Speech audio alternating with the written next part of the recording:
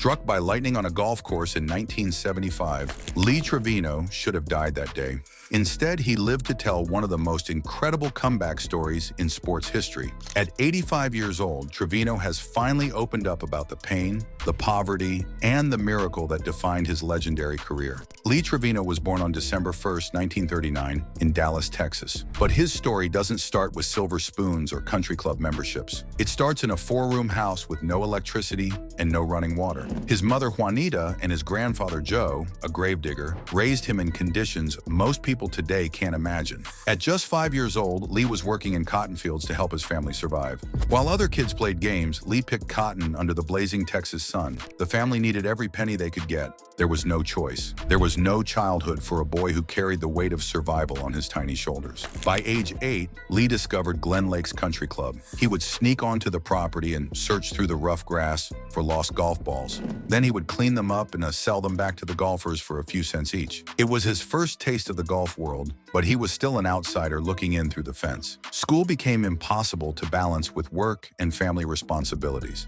At 14, Lee made a decision that would change everything for his future. He dropped out before finishing 8th grade. He became a full-time caddy and shoe shiner, earning $30 a week. That money kept his family afloat during the hardest times. But something magical happened while Lee carried those heavy golf bags around the course. He watched every move. He learned every technique. He studied every swing, every stance, every shot the rich golfers made. He couldn't afford lessons from professional instructors. He couldn't afford proper clubs or equipment. But he had something more valuable than money. He had burning hunger. Lee found an old beat-up golf club that someone had cut down and thrown away. It wasn't much to look at, but it was his chance. He started practicing on the municipal courses when no one was looking or paying attention. The ground in Texas wasn't like the soft, perfect grass at fancy private clubs. It was hard as concrete. It was dry and unforgiving. Golfers called it Texas hardpan. This rough terrain became Lee's greatest teacher and toughest opponent. Every day after work, he would hit at least 300 golf balls on that unforgiving ground.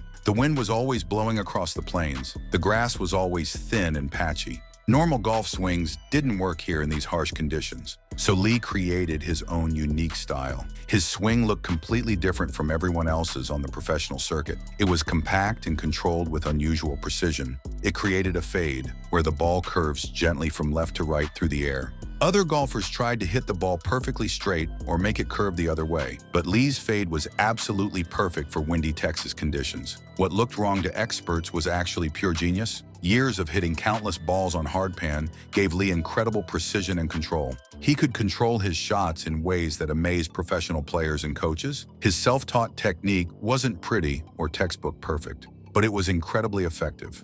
Very effective against any competition. Lee turned professional in 1960 after proudly serving in the U.S. Marines. He started winning tournaments and making a real name for himself on the circuit. His unique playing style and genuine working-class background made him a fan favorite everywhere. He wasn't like the other polished golfers. He was real and authentic. He was relatable to ordinary people. By 1975, Lee had already won multiple major championships and established himself as elite. He was one of the very best golfers in the entire world. His career was reaching its absolute peak with more victories ahead. Then came June 27, 1975, at the Western Open near Chicago. Lee was playing in a group with Jerry Hurd and Bobby Nichols that afternoon. Dark storm clouds rolled in across the sky, but they kept playing through the weather. Suddenly, a massive lightning bolt struck near a lake on the course. The electrical charge bounced off the water and hit all three golfers simultaneously. The other two men were seriously hurt, but Lee got the absolute worst of it. The lightning bolt hit his back and spine directly with full force.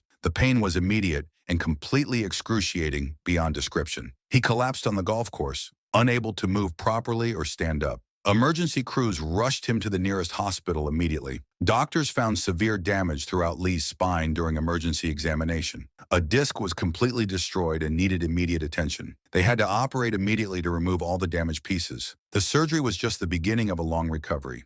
Lee would need multiple operations over the coming years to deal with the ongoing damage. The lightning strike changed absolutely everything about his life and career. Lee's back was never the same again after that day. Chronic pain became his constant companion every single day. Simple movements that he used to take for granted now caused incredible agony. Getting out of bed was difficult and painful. Swinging a golf club was pure torture. Many people thought Lee's career was completely over and finished. How could someone play professional golf with that kind of severe back damage? How could he compete against perfectly healthy players when every single swing caused unbearable pain? The smart money said Lee Trevino was completely finished. Now, before we tell you how Lee clawed his way back to glory, let me show you something Lee would have loved. If you're into live sports like Trevino was, FUBO is the ultimate streaming choice. With over 200 channels, it's a cable killer.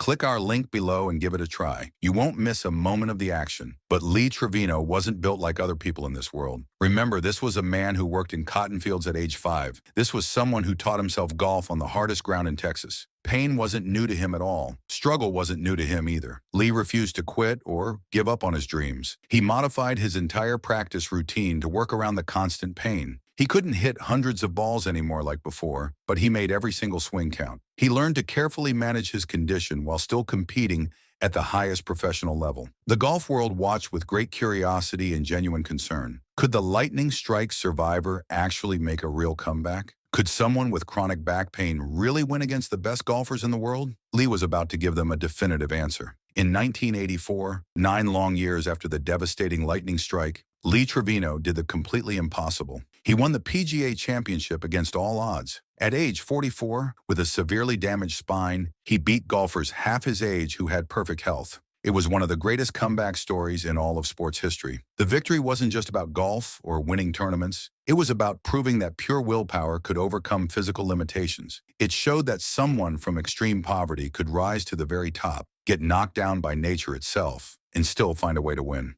Lee's triumph in 1984 wasn't lucky or accidental at all. It was the direct result of years of painful rehabilitation and stubborn determination. Every practice session hurt tremendously. Every tournament round was a difficult battle against his own damaged body. But he kept going because quitting simply wasn't in his vocabulary. Throughout his entire career, Lee won 29 PGA Tour events and 6 major championships. But those impressive numbers don't tell the complete story of his journey. They don't capture the little boy picking cotton in Texas heat. They don't show the teenager who dropped out of school to support his struggling family. They don't reveal the man who nearly died from lightning, but absolutely refused to surrender. Lee never forgot where he came from during his rise to fame. Even as one of the most famous golfers in the entire world, he remembered the poverty, the hard pan, and the pain. He stayed connected to his working-class roots and never put on airs like some other professional athletes who forgot their beginnings. Today, at 85 years old, Lee Trevino's incredible story continues to inspire people around the world. His life proves that raw talent isn't everything in success. Hard work matters more than natural ability every time. Determination beats privilege in the long run.